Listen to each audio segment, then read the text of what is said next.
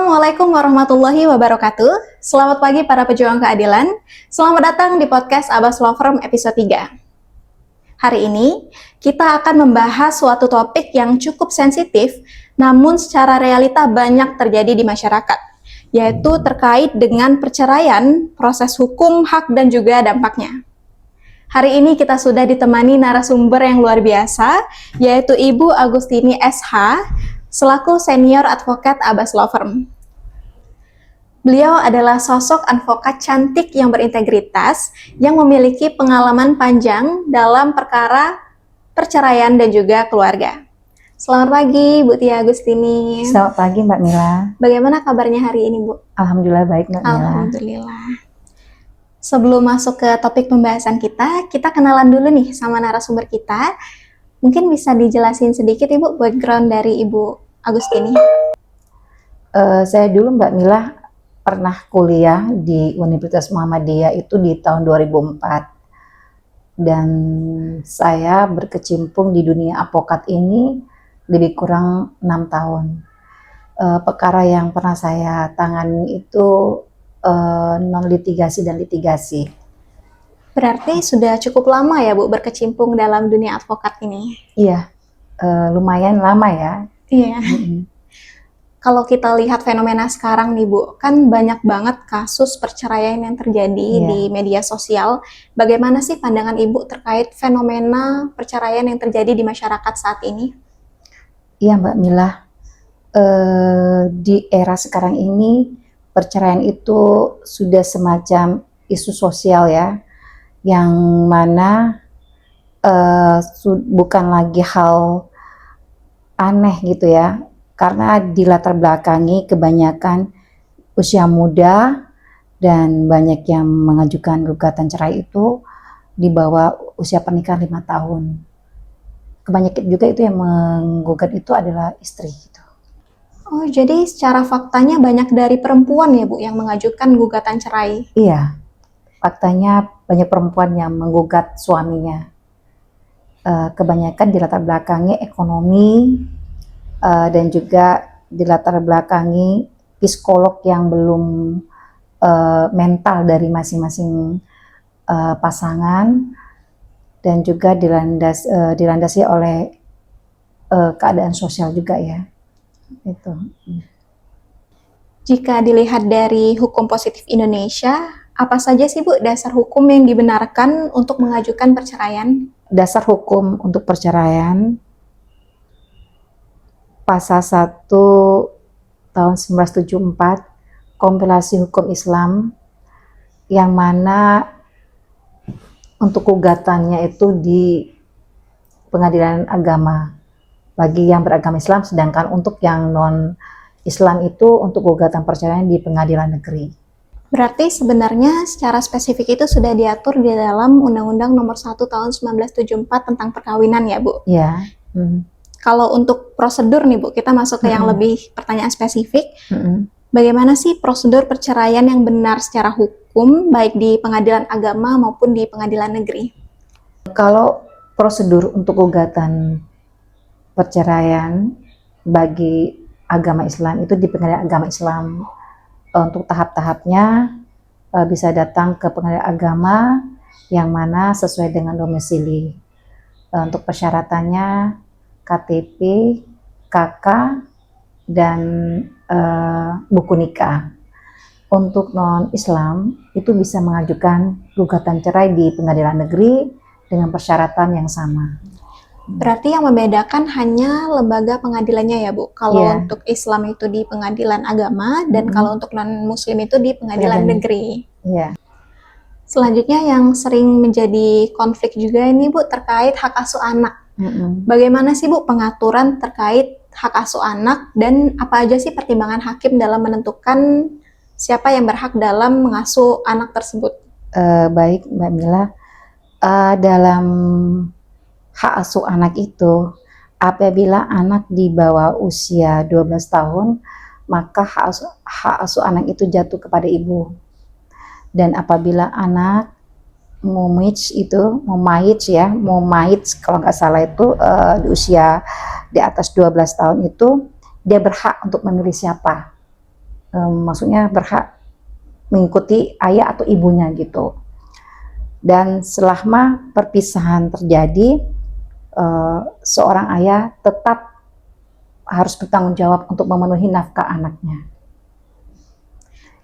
yang mana sudah diaturi dari Undang-Undang Nomor 1 Tahun 1974 tentang perkawinan, konfirmasi hukum Islam. Oke, baik Bu. Berarti kalau untuk anak di atas 12 tahun itu dikembalikan kepada dia keputusannya untuk Iya. memilih tinggal bersama siapa? Betul ya. Oke. Begitu Mbak Mila. Kalau terkait nafkah tadi Bu, itu ayah wajib memberikan nafkah sampai anaknya berumur berapa Bu?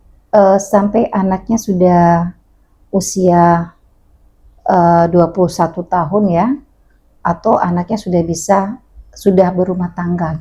Oh, sudah dikategorikan Iya, dewasa gitu ya kategori Bu? dewasa ya. Oke, baik. Kita lanjut ke pertanyaan berikutnya ya Bu. Tadi kita udah membahas pengaturan terkait hak asuh anak. Selanjutnya gimana sih pengaturan terkait harta bersama, nafkah, dan juga hak-hak ekonomi para pihak itu setelah terjadinya perceraian? Setelah terjadi perceraian, maka suami berhak memberi nafkah ya. Itu ada nafkah idah, nafkah mu'ah, apabila suami pada saat pernikahan masih ada hutang janji, maka harus diberikan kepada istri. Jadi secara umum suami itu harus memberikan 2 nafkah ya Bu setelah perceraian, Iya. yaitu nafkah idah dan juga nafkah mut'ah. Kalau untuk perbedaan dari nafkah idah dan mut'ah itu sendiri apa Bu? Kalau nafkah idah itu ialah nafkah yang diberikan di masa tenggang waktu tunggu ya, selama istri belum mandiri, jadi selama 3 bulan. Kalau mut'ah itu ialah sebuah pemberian semacam hiburan atau semacam pemberian hormat kepada istri gitu. Sesuai dengan pasal 37 ayat 1 tahun 1974 tentang perkawinan, kompilasi hukum Islam, bahwa harta bersama itu ialah harta gonogini, harta yang memang pada saat pernikahan itu ya bersama-sama, bukan harta yang memang sebelumnya dibawa oleh istri atau suami. Jadi harta gonogini itu adalah harta yang ada pada saat perkawinan. Harta yang timbul setelah terjadinya perkawinan ya Bu? Iya, benar gitu. Kita langsung next ke pertanyaan berikutnya ya Bu. Kalau kita lihat kan angka perceraian di Palembang ini cukup tinggi Bu. Itu faktornya apa sih Bu penyebab angka perceraian itu bisa tinggi? Kebanyakan dikarenakan orang ketiga, dikarenakan finansial juga, dan juga kekerasan dalam rumah tangga. Itu yang menyebabkan terjadinya perceraian yang terjadi di kota Palembang khususnya ya. Dan tidak kemungkinan juga ada juga dikarenakan sekarang ini maraknya judi online, sehingga banyak istri yang mengajukan gugatan suaminya banyak bermain judi online, sehingga untuk kebutuhan finansial sehari itu berkurang, dan akhirnya timbul percekcokan dikarenakan keadaan emosi masing-masing, dan akhirnya mereka mengajukan gugatan cerai di pengadilan agama.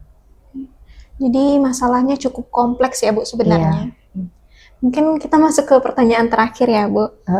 Mbak Mila. Apa sih pesan Ibu bagi masyarakat agar lebih bijak dan sadar hukum dalam menghadapi konflik dalam rumah tangga? Di dalam kasus perceraian ini bukan lagi masalah yang kita anggap tabu ya.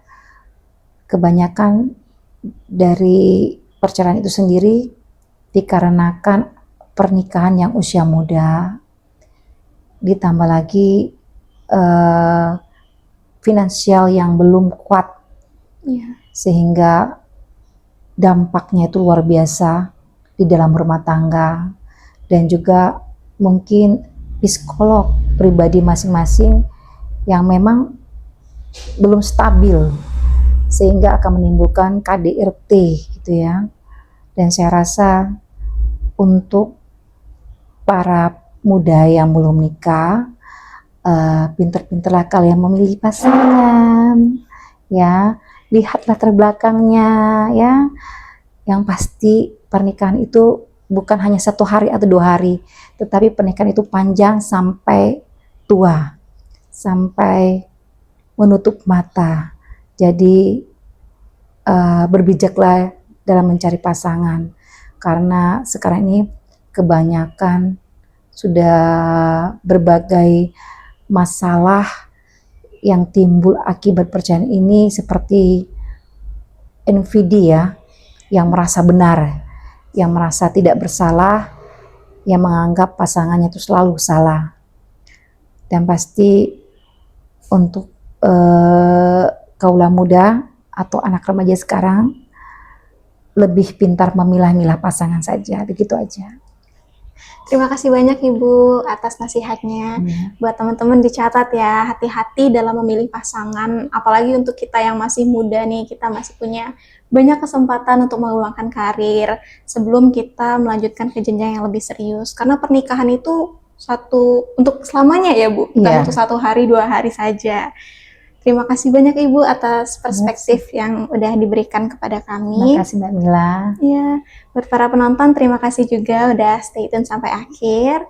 Sampai jumpa di episode selanjutnya. Keadilan untuk kita bersama.